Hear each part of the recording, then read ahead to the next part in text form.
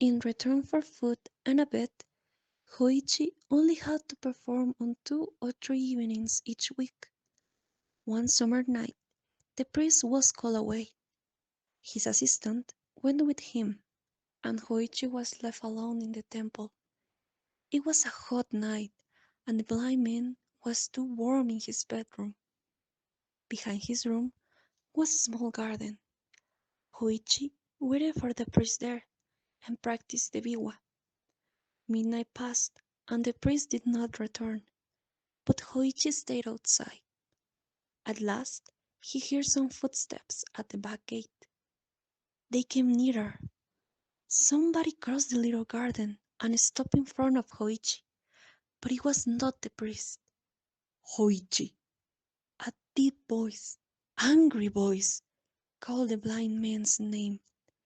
It was the voice of a samurai. Hoichi was very surprised and frightened, and at first he did not answer. Hoichi! Yes, the blind man answered this time. I cannot see. I don't know who is calling me. There is nothing to fear, said the stranger more quietly. I have a message for you. From my lord. My lord is a man of very high class, and he is now staying in Nakamasaki with many followers. He came to see where the great sea fight of the Noura took place, and now he wants to hear the story of the fight. He has heard of your skill, and he is waiting for you. Bring your biwa and come with me. Hoichi put on his shoes and picked up his biwa. He went away with the stranger. The stranger guided him carefully. Hoichi couldn't hear he wore metal. He's probably a palace ward, thought Hoichi, and he began to feel happier. I mean, look, his lord is an important man. They walked for some time.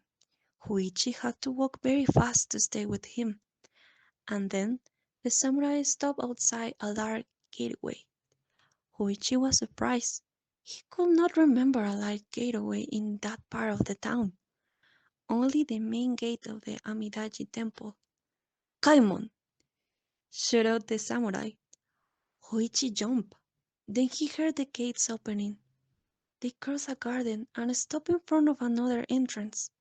Then the samurai cried in a low voice, I have brought Hoichi. Suddenly, there were many sounds, feet hurrying, doors opening, women's voices.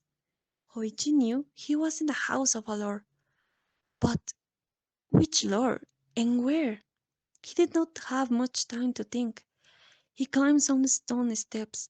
He was told to leave his shoes on the last step. Then a woman's hand guided him across the smooth wooden floors. At last, they came into the middle of a great room. Hoichi felt there were many people in the room. He could hear many quiet voices, all talking together. Their speech was the speech of a lord's court. Do not be afraid, Hoichi, said a woman's voice. Please make yourself comfortable here on the table. Hoichi sat down and prepared his biwa. My lord requires you to perform the history of the heike in speech and music, said the woman. The story was long. Many nights were needed for it. Hoichi bravely asked a question. As the story of the heike is long, which part of it shall I now perform?